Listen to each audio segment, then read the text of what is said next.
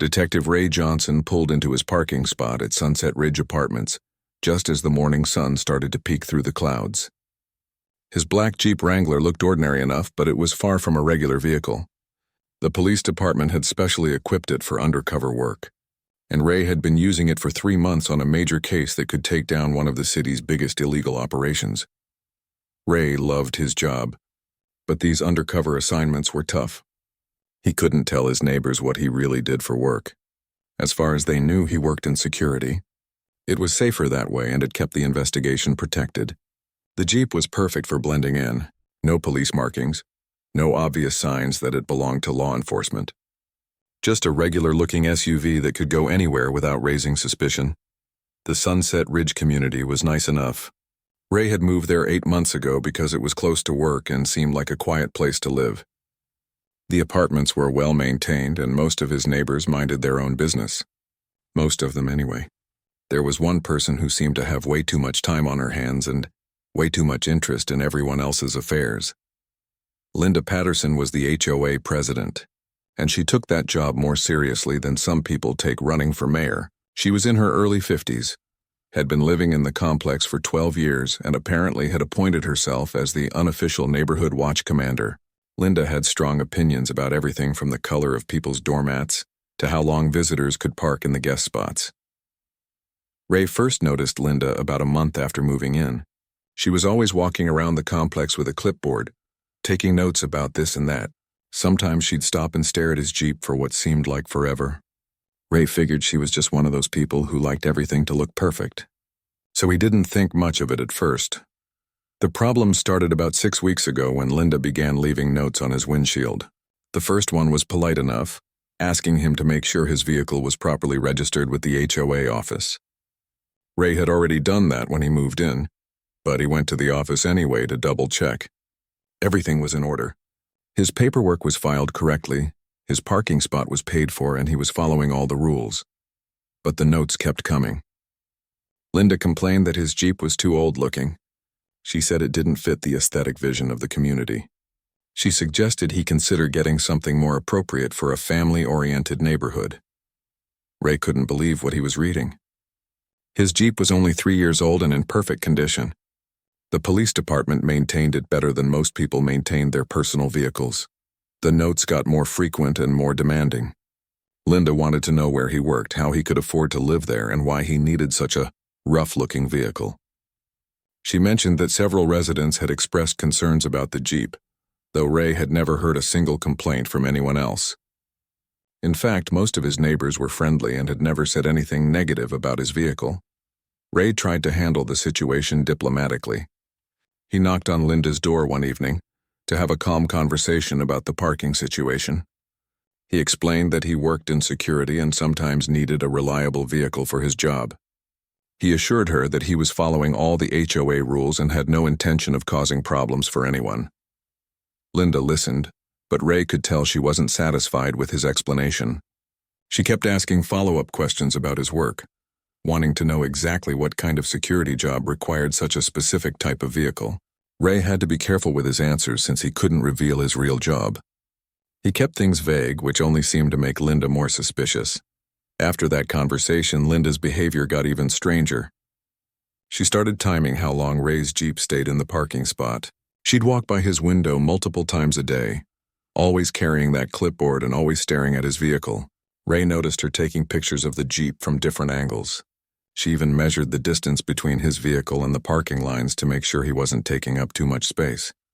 The other residents started to notice Linda's obsession too. Ray's next-door neighbor, an elderly man named Frank, mentioned that Linda had been asking him questions about Ray's schedule. She wanted to know when he left for work, when he came home, and whether he ever had visitors. Frank told Ray he'd politely declined to answer her questions, saying it wasn't any of his business to track his neighbor's activities. Ray's upstairs neighbor, a young woman named Amy who worked from home, said Linda had approached her as well. Linda claimed she was conducting a security assessment of the building and needed to know about any unusual activities Amy might have observed. Amy found the whole thing weird and told Linda she hadn't noticed anything unusual about any of her neighbors. The situation came to a head 2 weeks ago when Linda called an emergency HOA meeting. She claimed there were ongoing parking violations and potential security concerns that needed immediate attention. Ray didn't attend the meeting, but Frank filled him in later. According to Frank, Linda spent most of the meeting talking about Ray's Jeep and questioning whether certain residents were really suitable for their quality community. Most of the other residents at the meeting seemed confused by Linda's concerns. Several people pointed out that Ray was quiet, respectful, and had never caused any problems. His parking was always perfect and his vehicle was clean and well maintained. A few residents even defended Ray, saying they'd rather have him as a neighbor than deal with some of the louder, more inconsiderate people who had lived there in the past. But Linda wasn't satisfied. She insisted that the HOA board needed to take action to maintain standards and protect property values. She proposed new rules that would essentially force Ray to get rid of his Jeep or find somewhere else to live. The other board members seemed reluctant to implement such extreme measures, especially since Ray wasn't actually violating any existing rules. Ray knew he was walking into a potentially explosive situation, but he had a job to do. His undercover work was reaching a critical point, and he couldn't afford to relocate or change vehicles right now. He hoped Linda would eventually lose interest and find something else to focus on. Unfortunately, he was about to discover just how wrong he was about that. Tuesday morning started like any other day for Ray. He woke up early, went for his usual jog around the neighborhood, and grabbed coffee from the shop down the street. His undercover assignment required him to maintain normal routines, so he always tried to stick to the same schedule. What he didn't know was that Linda had been watching his patterns for weeks, timing everything he did. Linda had spent the previous evening planning what she called her final solution to the Jeep problem. She'd convinced herself that Ray was probably not even supposed to be living in the complex, and that his vehicle might be abandoned property. In her mind, she was protecting the community by taking decisive action. She'd even researched online about abandoned vehicle laws and convinced herself she had the legal right to remove what she considered an eyesore. Around 10 in the morning, Linda made her move. She'd borrowed a pair of heavy-duty bolt cutters from her garage and walked confidently toward Ray's Jeep. The parking lot was mostly empty since most residents were at work, which was exactly what she'd hoped for. She wanted to handle this quietly and present everyone with a fait accompli when they returned home. The first thing Linda noticed was a steering wheel lock on the Jeep. This was standard equipment for Ray's undercover vehicle, designed to prevent theft and protect the expensive surveillance equipment hidden inside. But Linda saw it as confirmation of her suspicions. In her mind, only someone trying to hide something would need such extreme security measures on their vehicle. Without hesitation, Linda positioned the bolt cutters around the steering wheel lock.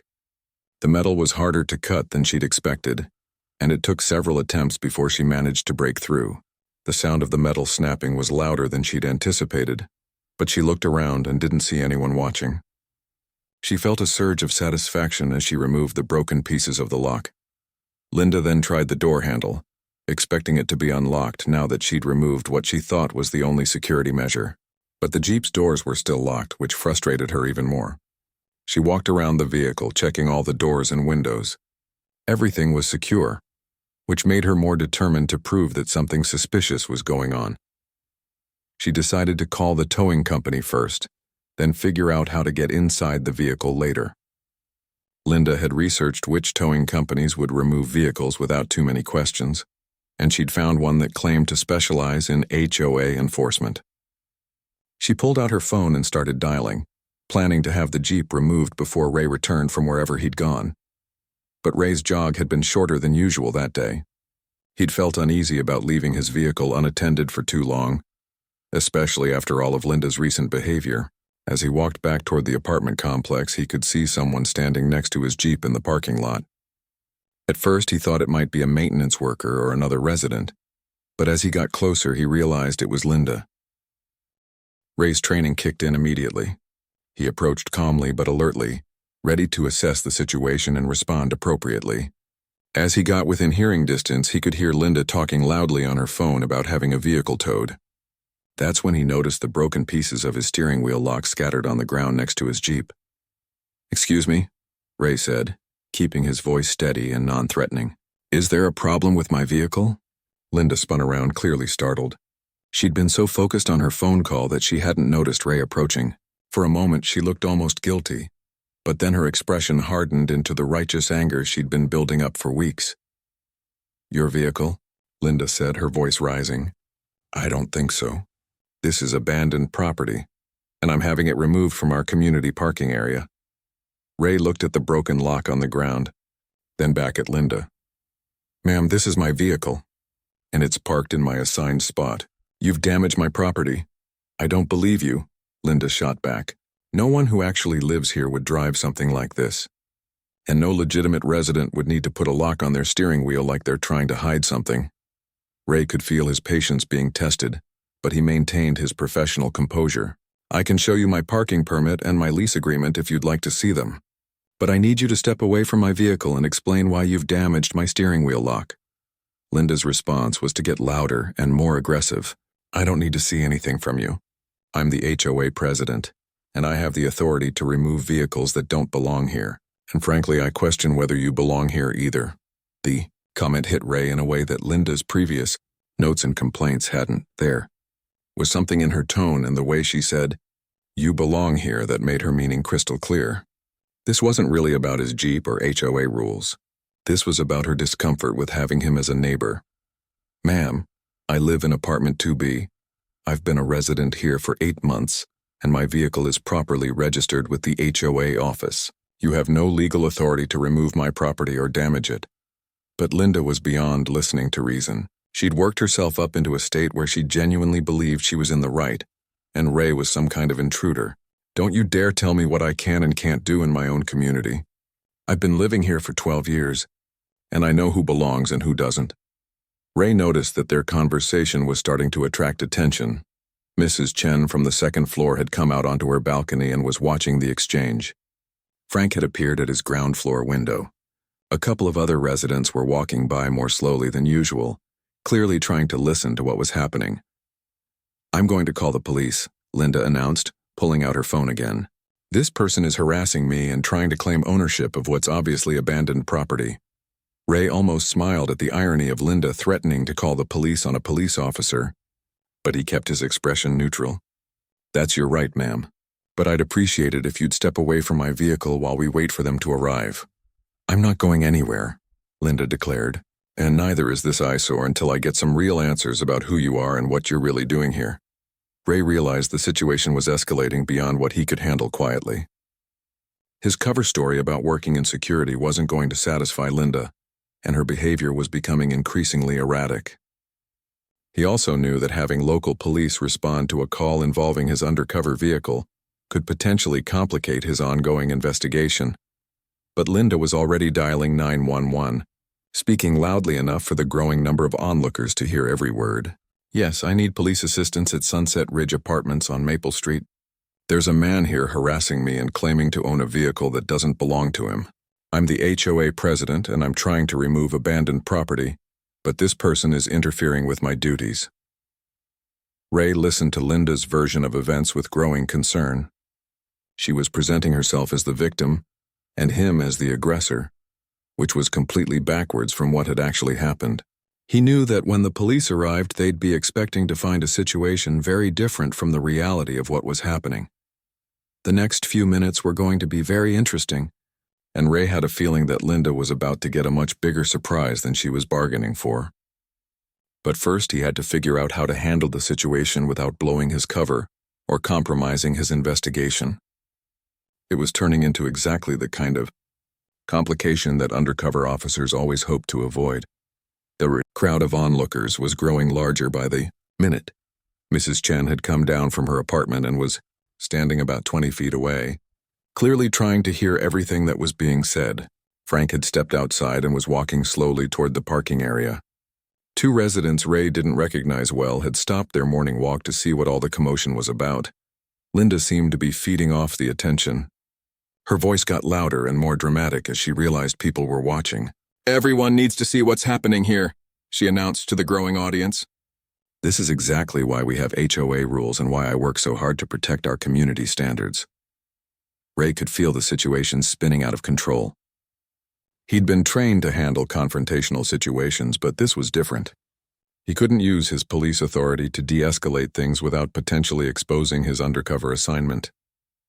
At the same time, Linda's behavior was becoming increasingly inappropriate, and he wasn't sure how far she might go. "Ma'am, I really think we should wait for the police to arrive before this goes any further," Ray said, hoping to buy some time and keep things from escalating more. But Linda interpreted his suggestion as weakness. "Oh, now you want to wait for the police? A minute ago you were trying to convince me this was your vehicle. What changed?" She turned to address the other residents who were watching. "You see? He knows he's been caught and now he's trying to back down." Amy, Ray's upstairs neighbor, had joined the crowd. She looked confused by what she was seeing. "Linda, what's going on?" "That's Ray's Jeep. I see him drive it every day." Linda whirled around to face Amy. "That's exactly the problem. None of you are paying attention to what's really happening in our community. Do any of you actually know what this person does for work? Do you know where he goes every day? Have any of you ever seen him with family or friends?" Ray felt uncomfortable with the direction Linda was taking the conversation. She was essentially asking his neighbors to spy on him and report on his personal life. It was the kind of behavior that could make anyone feel unwelcome in their own home. Frank spoke up from the edge of the crowd. "Linda, I don't think it's anyone's business what their neighbors do for work or who they spend time with. Ray's been nothing but polite since he moved in." "That's exactly what someone would want you to think," Linda shot back. "People who are trying to blend in always act extra polite and friendly. It's called manipulation." Ray was amazed by Linda's ability to twist normal, respectful behavior into something suspicious. In her mind, his politeness was evidence of deception rather than just basic courtesy. He wondered what she would have said if he'd been rude or unfriendly. More residents were coming out of their apartments now. Word was spreading through the complex that there was some kind of confrontation happening in the parking lot. Ray noticed several people recording the interaction with their phones. He hoped that footage might actually work in his favor if this situation ended up going to court. Linda noticed the phones too, but instead of becoming more cautious, she seemed to get more energized. "Yes, record this," she told the crowd. "Everyone needs to see how I handle people who try to take advantage of our community. This is what real leadership looks like." She turned back to Ray with renewed confidence. "I've been watching you for months and I know something isn't right. Normal people don't need steering wheel locks. Normal people don't act so secretive about their jobs. And normal people don't just show up in a neighborhood like this without anyone knowing anything about their background."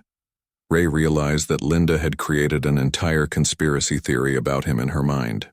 She'd taken every normal aspect of his life and twisted it into evidence of something sinister. His job required privacy became suspicious secrecy. His professional demeanor became calculated manipulation. His reliable vehicle became proof of criminal activity.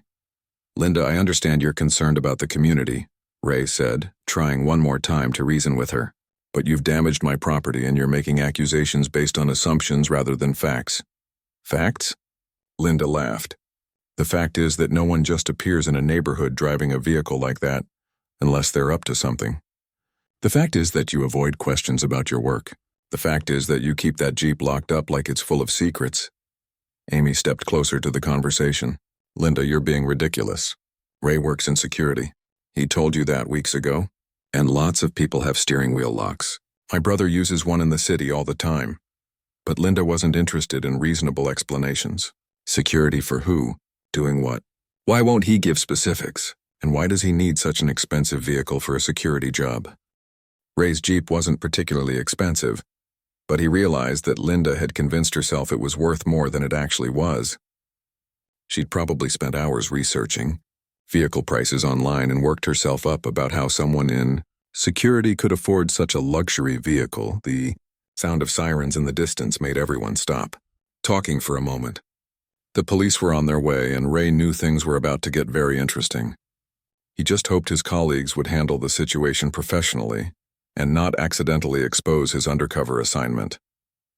Linda straightened up and smoothed her hair, clearly preparing for what she saw as her moment of vindication. "Finally, we'll get some real answers about what's been going on here." Mrs. Chen moved closer to Amy and spoke quietly.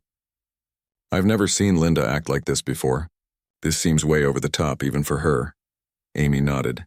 "She's been obsessed with Ray's Jeep for weeks. I thought she'd eventually get bored and move on to something else, but she just kept getting worse." Frank was shaking his head as he watched Linda pace back and forth next to Ray's vehicle. In 40 years of living in different communities, I've never seen anyone get this worked up about a neighbor's car. There's got to be something else going on here. The sirens were getting closer, and Ray could see the flashing lights approaching the complex entrance.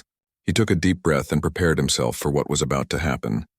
Linda had no idea that she'd just called the police on a police officer, damaged police property, and was about to face consequences she never saw coming. But Ray also knew that his undercover assignment was probably about to be compromised.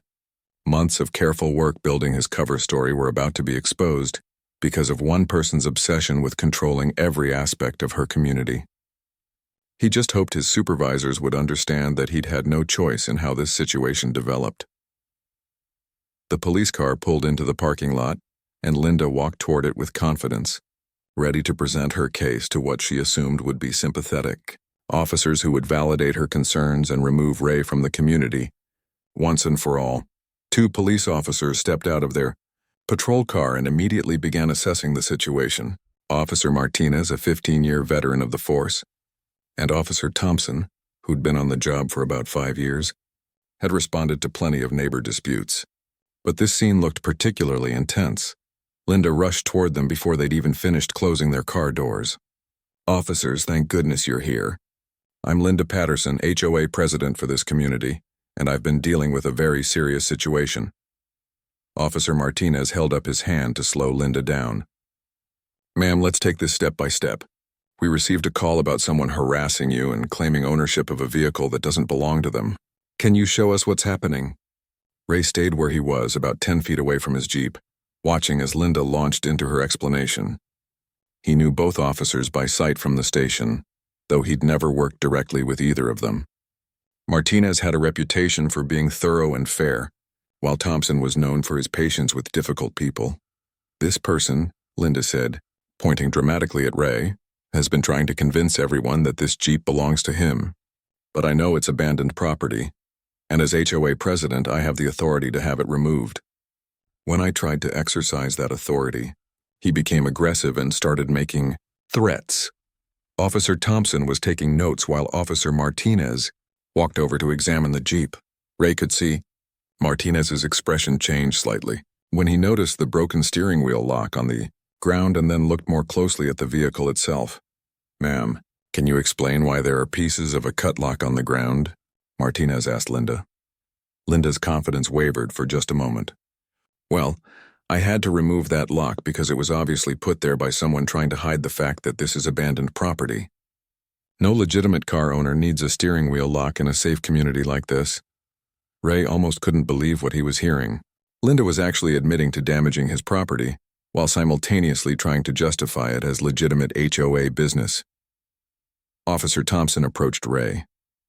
"Sir, do you mind if I ask for some identification and any documentation you might have about this vehicle?" "Of course, officer," Ray replied, reaching slowly for his wallet. This was the moment when everything was about to change. Ray's police identification was right there next to his driver's license, and he knew Thompson would see it immediately. As Ray handed over his wallet, Thompson opened it and immediately paused. His eyebrows went up slightly and he glanced at his partner. "Officer Martinez, could you come over here for a moment?" Martinez walked over, and Thompson quietly showed him Ray's police identification. Martinez's expression shifted from professional interest to complete surprise. He looked at Ray, then at the Jeep, then back at Ray's ID. "Detective Johnson," Martinez said quietly, "I think we need to have a private conversation." Linda, who had been continuing her explanation about HOA policies and community standards, suddenly stopped talking when she heard the word detective. Her face went pale, and she looked back and forth between Ray and the officers. "Wait," Linda said, her voice much smaller than it had been moments earlier. "Detective? What do you mean, detective?" Officer Martinez turned to face Linda, while Thompson continued examining Ray's identification and vehicle registration. "Ma'am, it appears you've been harassing a police officer and have damaged police property." The crowd of residents who had been watching the drama unfold suddenly got very quiet. Mrs. Chen put her hand over her mouth. Amy's eyes went wide. Frank shook his head and muttered something under his breath. Linda's confident demeanor completely collapsed. "Police property? But that's impossible. Police cars have markings. They have lights and sirens. This is just a regular Jeep. Not all police vehicles have obvious markings, ma'am, Martinez explained patiently. Detective Johnson works undercover assignments which require unmarked vehicles that blend into normal environments. Ray could see Linda trying to process this information. Everything she'd convinced herself about him and his vehicle was suddenly being turned upside down. The suspicious behavior she'd been documenting for weeks wasn't criminal activity. It was police work.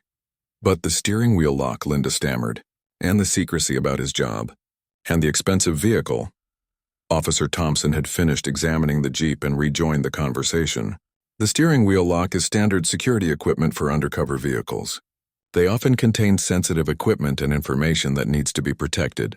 By cutting that lock, you potentially compromised an ongoing police investigation. Linda's face went from pale to completely white. She looked around at all the neighbors who were still watching, many of them now recording her reaction on their phones. The confident, righteous HOA president had been replaced by someone who was clearly realizing the magnitude of what she'd done. I didn't know, Linda said weakly. How was I supposed to know? He wouldn't tell me what kind of work he did. Because he couldn't tell you, Martinez explained. Undercover officers can't reveal their assignments to civilians. That would defeat the entire purpose of working undercover. Ray finally spoke up. Officers, I tried to handle this situation diplomatically for weeks. I explained that I worked in security, which was as close to the truth as I could get without compromising my assignment. But Ms. Patterson continued to escalate her behavior despite my attempts to resolve things peacefully. Linda looked like she wanted to argue, but she seemed to realize that everything she might say would only make things worse. Her complaints about Ray's politeness, his reliable schedule, and his well-maintained vehicle now sounded ridiculous in light of the fact that he was a police officer. Officer Thompson was examining the broken pieces of the steering wheel lock. Detective Johnson, can you estimate the value of the damaged equipment? Ray picked up the pieces and looked them over. The lock itself was about $60, but there may be other costs involved. I'll need to have the vehicle inspected to make sure the cutting didn't damage anything else.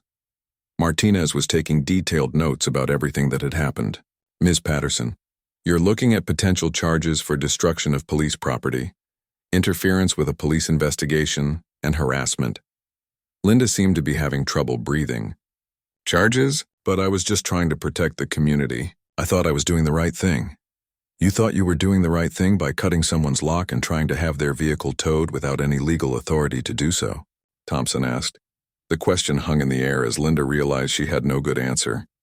Her self-appointed authority as HOA president didn't give her the right to damage other people's property, regardless of whether they were police officers or regular citizens.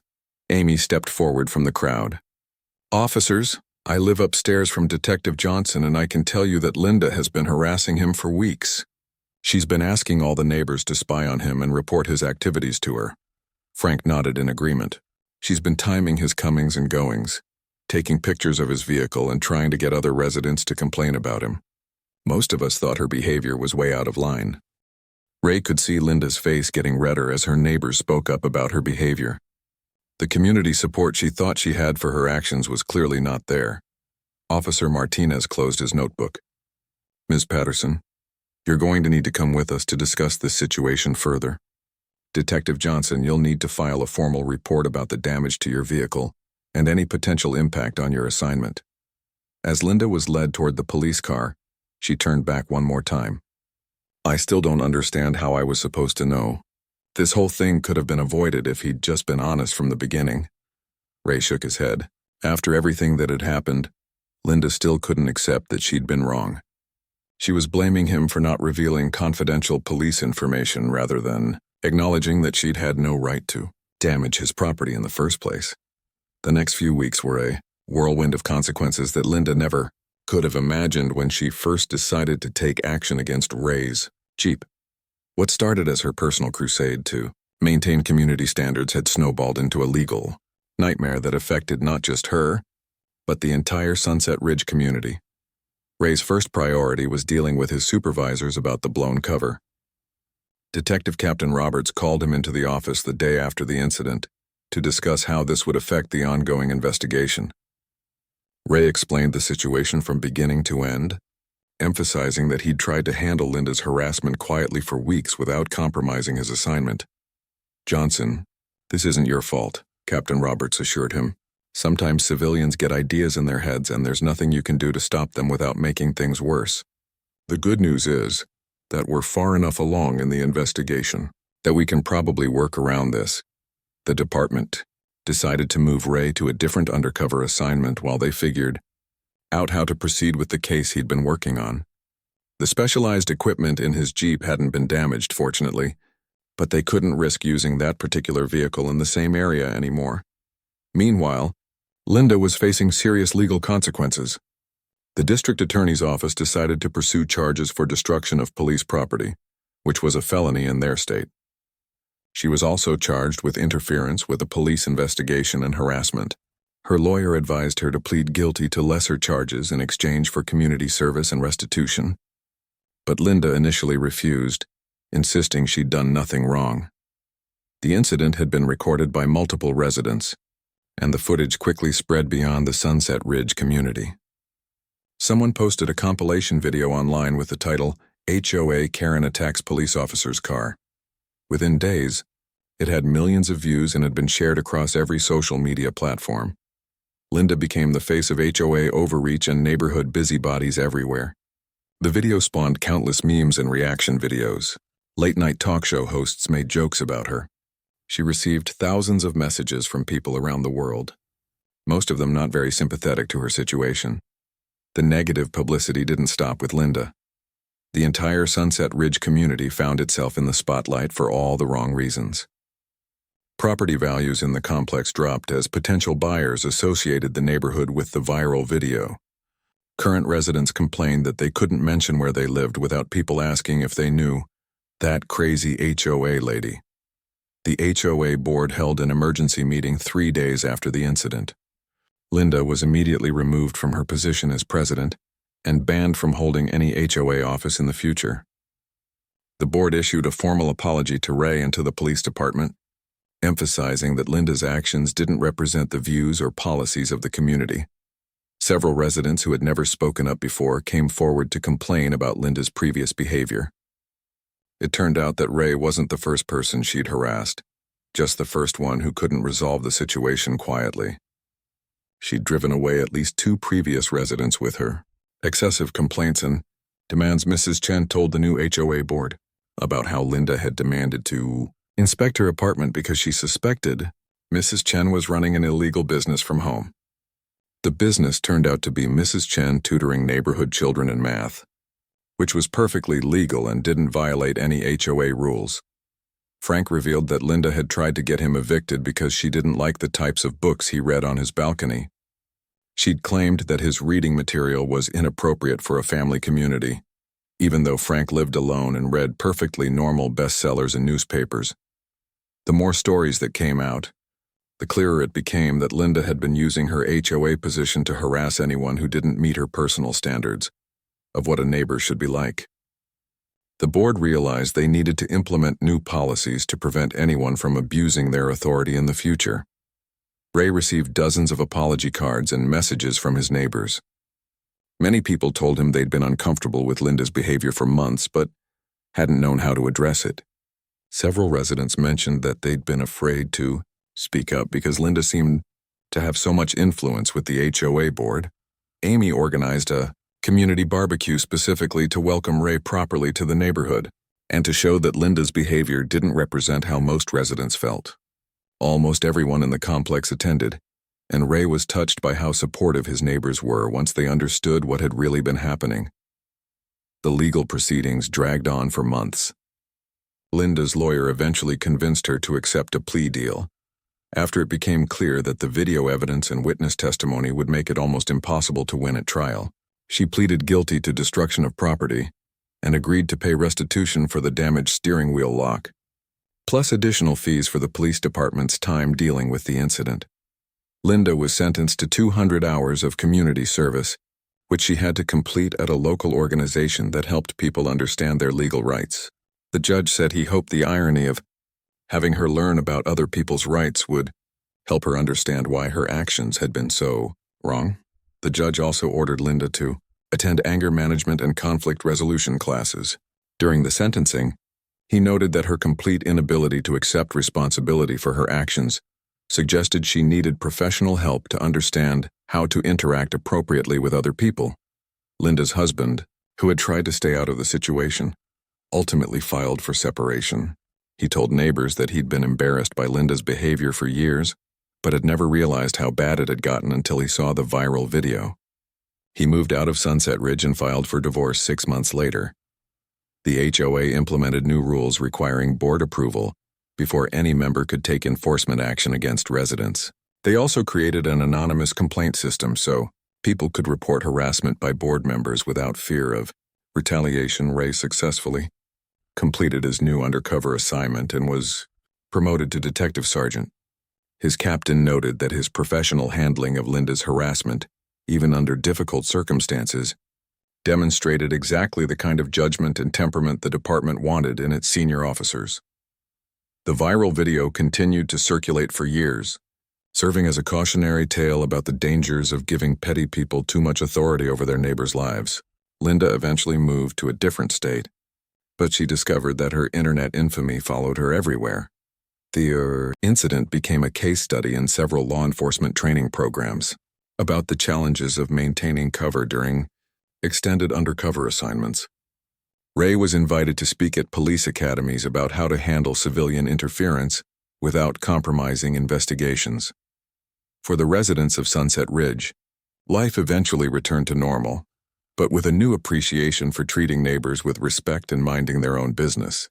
The community became known for being particularly welcoming to new residents, partly as a reaction to how poorly they felt Linda had represented them. Ray continued living at Sunset Ridge for 2 more years before eventually buying his own house. When he moved out, the entire community threw him a going-away party. Frank gave a speech about how Ray had taught them all the importance of treating people with dignity, regardless of what you think you know about their circumstances. In the end, Linda's attempt to control her community and drive out a neighbor she didn't approve of had completely backfired. Instead of making Sunset Ridge more exclusive, her actions had made it more inclusive. Instead of maintaining her authority, she'd lost everything. And instead of removing Ray from the community, she'd made him one of the most respected residents in the complex's history.